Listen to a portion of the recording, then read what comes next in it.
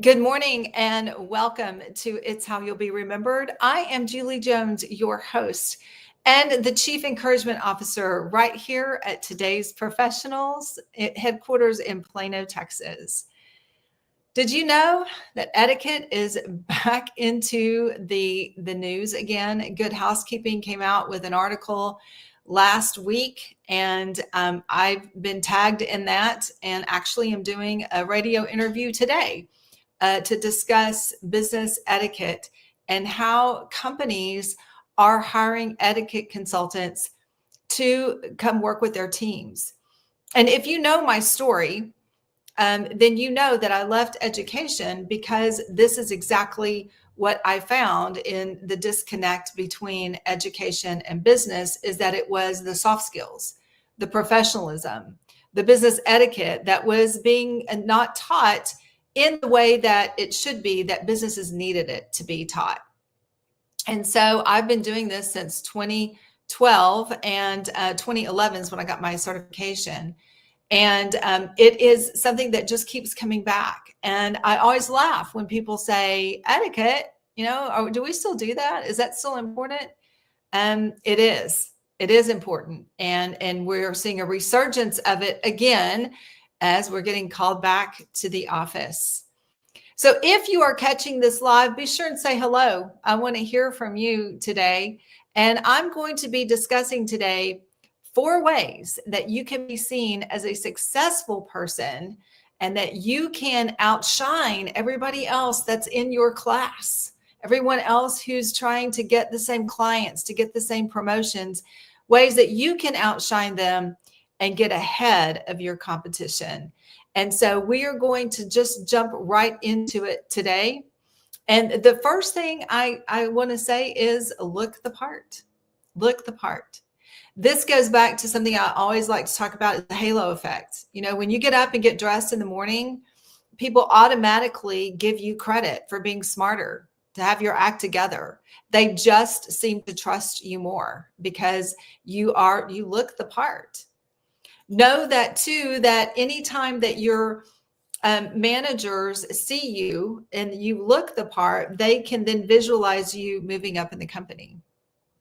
Your clients will want to do business with you because you look the part. There's a recent study that came out that said that women who dress up and actually wear makeup make 40% more money. And it's not attractiveness. It's just the getting ready. It's the looking the part like you care, really. I know I've had people reach out to me and ask me to come work with their teams because of the professional dress. People either are really too casual these days. They don't they want to wear their athletic gear to work all the time, or they're too casual, or they want to go too trendy. So for instance, when you watch, like, I like to watch the real estate shows coming out of California, and I love like Real Housewives, where they're all dressed, to the nines.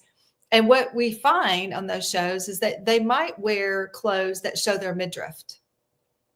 But if you work in a bank, or if you work, in Dallas, Texas, where I am, and your culture does not lend itself to be the highly fashionable, showing your midriff, or having clothes that with plunging necklines, or clothes that are too tight or even too big, really don't go over very well. And so you have to understand your industry, understand your style, and how do you blend your company's dress code with your dress code so that you show up looking professional in your space. And you can still be true to yourself. It just means that you are looking professional for that industry. So looking the part is how we form first impressions. It's always 7 seconds. We just form an impression about whether or not we trust somebody. And it happens that fast. And so the way you look really matters. And I would say one more thing before we leave this. I would say that getting up and getting dressed does something to your mindset. I'm finishing my book in the next couple of weeks. And one of the things that I talk about is the mindset. In my AIM methodology, the A stands for attitude and mindset. And when you get up and get dressed for the day, it does something to your mind. It tells your body and your subconscious, I'm here to work. I'm ready to go. I find that if I get up and don't get me wrong, I love to get up and grab some coffee and get in my robe and just work from my computer. I've done that before, but I don't find that I get as much done as if I get up and I have a routine where I do my workout, my stretching, I do my Bible time, my meditation time, my prayer time, and then I get dressed. I seem to be more productive. So think about getting up and getting dressed, not only what it does for you internally, but also what it does to other people who are watching you and they're looking at your image and they're saying, can I trust you? Is this person somebody that I want to move up in my company? Is this person somebody that I want to do business with? Looking the part matters. And the second thing, then I want to move on to the next thing, is be on time. And this one is huge. I get so many CEOs that reach out to me and hiring managers that say, we hired this person. We talked about our start time is 9:00.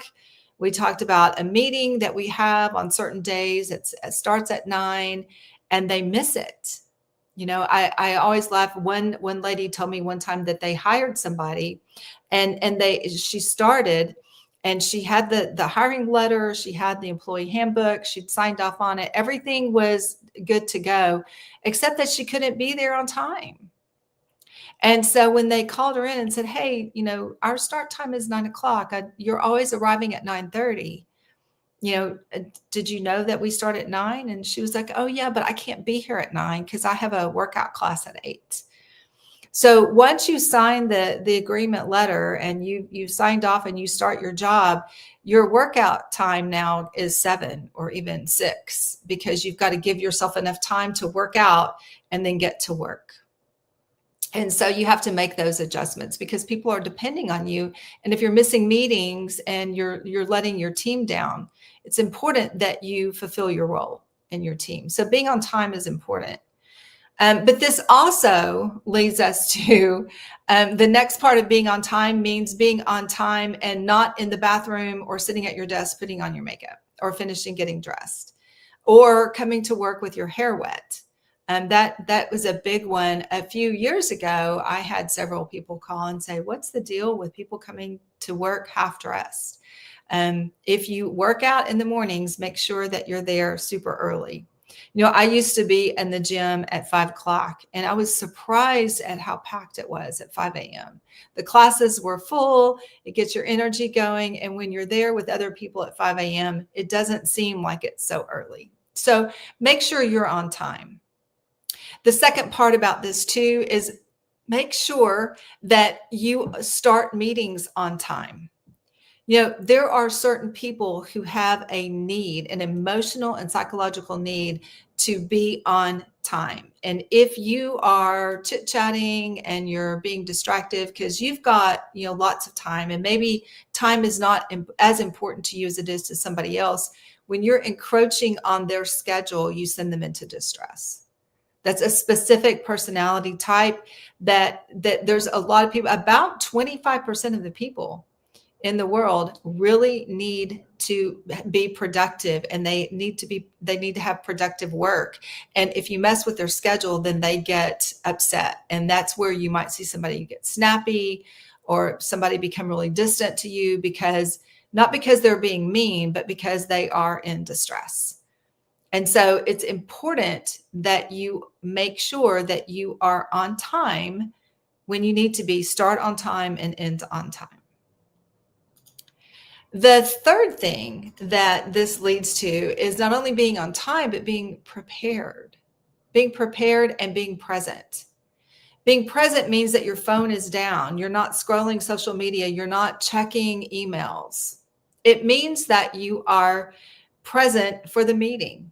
And so I loved this post I saw a couple of years ago. It was somebody in a meeting. It was on, social media, and they had just snapped quietly a picture of one of their managers in their daily meeting. And the manager was just on their phone. And the caption was, "This is our morning meeting every day."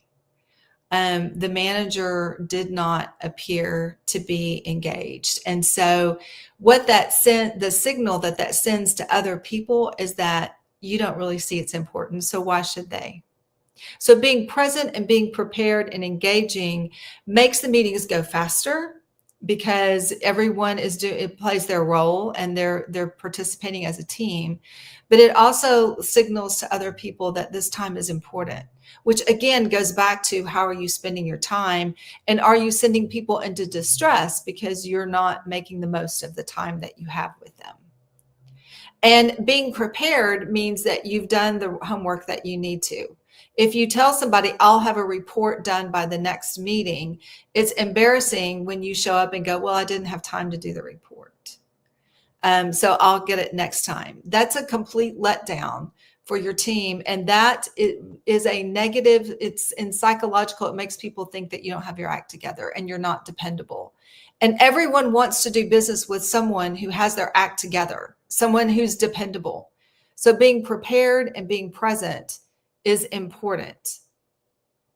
And then the last one that I want to talk about is mastering communication skills. So what this looks like is that you understand when you need to set boundaries, when you need to say no, when you need to ask for help, when you ask for questions. People will respect you more if you say, I don't know how to do that. Can I get some help or guidance?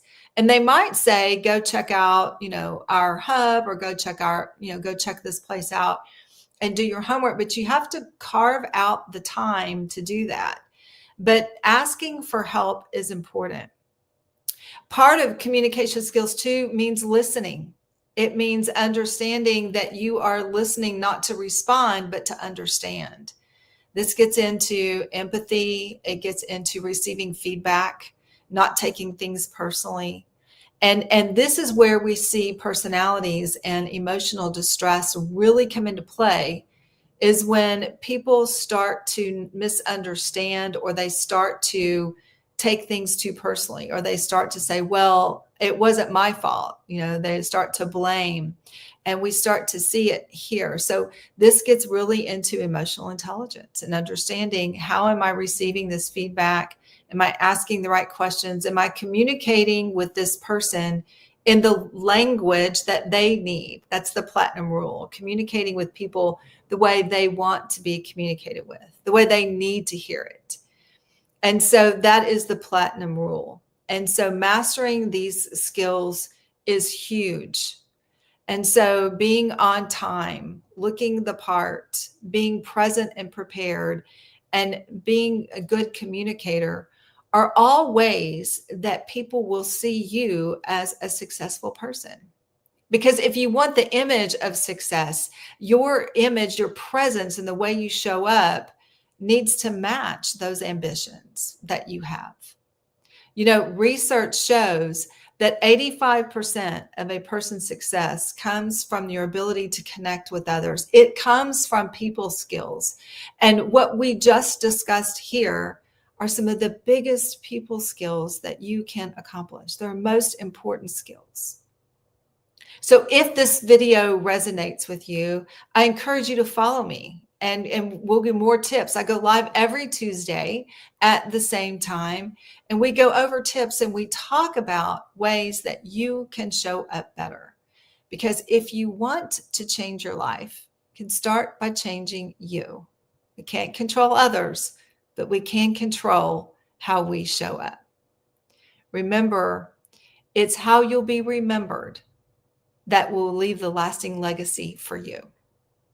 Thanks so much for joining us today, and I look forward to seeing you next time.